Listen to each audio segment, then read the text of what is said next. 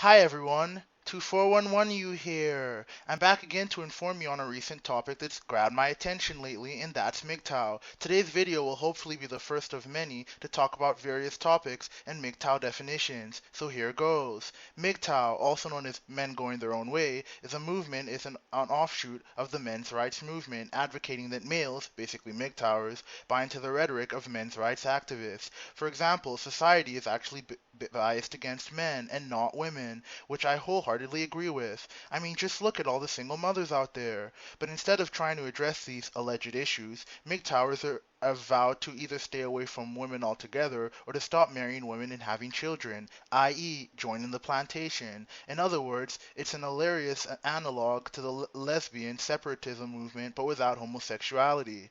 MGTOW is also an online community, followed by websites and social media presences. The community is part of what is more broadly termed the manosphere. According to columnist Martin Daubney, members of the MGTOW community believe that legal and romantic entanglements with women fail a cost-benefits analysis and risk-benefit analysis.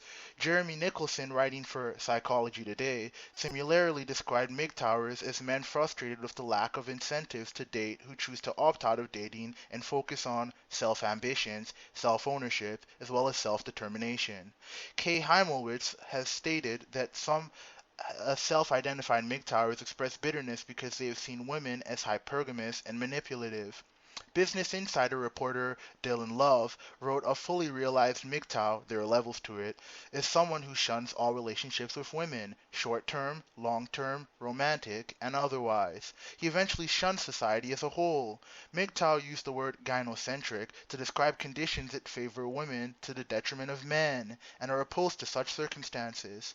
Now, would any of you consider yourselves MGTOWs? What do you think about the philosophy? Post any and all opinions you have on the subject in the comments section below. Now moving on to the definitions. Now let's talk about the red pill. The red pill and its opposite, the blue pill, are pop culture symbols representing the choice between embracing the sometimes painful truth of reality, i.e. the red pill, and the blissful ignorance of illusion, i.e. the blue pill.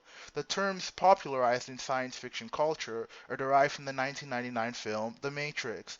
Basically, red pillers believe in dating to an extent, but not to the point of marriage or cohabitation with women.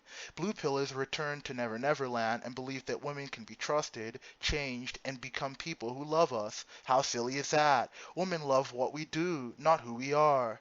The last alternative is the purple pill, which is kind of more or less a combination of the two. Anyway, a wise man once told me, you can either love women or you can understand them, but you can't do both. MGTOWers understand women, so we just go our own way. For women, it's all about control, and the legal system understands this. This is why we men constantly cater to women, because if we don't, we fear rejection. Even unmarried men seek female approval in one form or the other, whether it's a relative, a co-worker, or an employee. A man has control, but as soon as he has kids with a woman, the control of the kids as well as the home is entirely in her hands. Basically, the man's entire livelihood as well. Another topic I'd like to briefly discuss is the womanizer, the man that all TFLers, or True Force Loneliness guys, want to become. For them, they love women too much because they have never gotten female attention in their lives, that they are incapable of truly going their own way because they haven't been hurt by women in their past. These men are bitter towards women, but it's for a different reason. These men are single, but not out of agency that we're all given.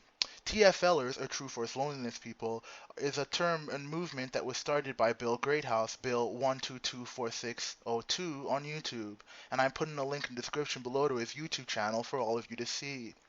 Another thing I want to briefly talk about is thirsty men. TFLer guys are the most likely to become thirsty men, being very wanting or needing and fall the greatest risk of being used and manipulated by women for their resources. Nobody likes a thirsty man, cause he's a pushover, and equally nobody likes thirsty women. Everyone needs their space. Anyway, I want to talk about female shit test. A shit test is basically when a woman tries to get you to do something to test how man enough you are to say no or not, but you don't actually have to do it. A good example of the female shit test is buying girls drinks at the bar. In my early 20s, I used to buy women drinks at the bar, but only if I got something in return, like getting to make out with them or watching them make out with each other. My friend Fernando recently brought